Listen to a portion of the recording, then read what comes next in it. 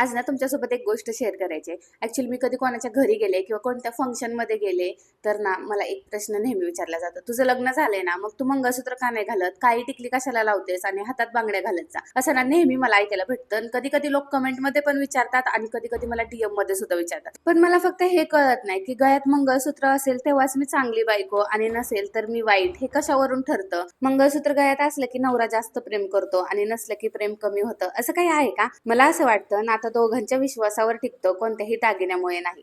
लग्न झालंय हे दाखवायला किंवा माझं माझ्या नवऱ्यावर खूप प्रेम आहे हे सिद्ध करायला मंगळसूत्र घालायची काहीच गरज वाटत नाही मला. तर नात्यात विश्वास, फ्रीडम आणि समजूतदारपणा असेल ना तर मंगळसूत्र असो किंवा नसो काहीच फरक पडणार नाही. त्यामुळे जे कोणी मला मंगळसूत्र किंवा टिकली बद्दल महत्व सांगताना, तुम्ही फक्त तुमचं नातं सांभाळा. मी खंबीर आहे माझं नातं जपायला. कधी कधी असं वाटतं माझ्या नवऱ्याला या गोष्टीचा काही फरक पडत नाही, तर हे बाकीचे ज्ञान द्यायला काय येतात? पण खरंच ना मला तुमच्या ज्ञानाची काहीच गरज नाही. असो, असे DM आणि कमेंट ना रोजच येत राहतात, पण कधी कधी असं वाटतं की ह्यांना उत्तर द्यायला हवं, त्यामुळे मी हा ब्लॉग मध्ये तुमच्यासोबत शेअर केलं.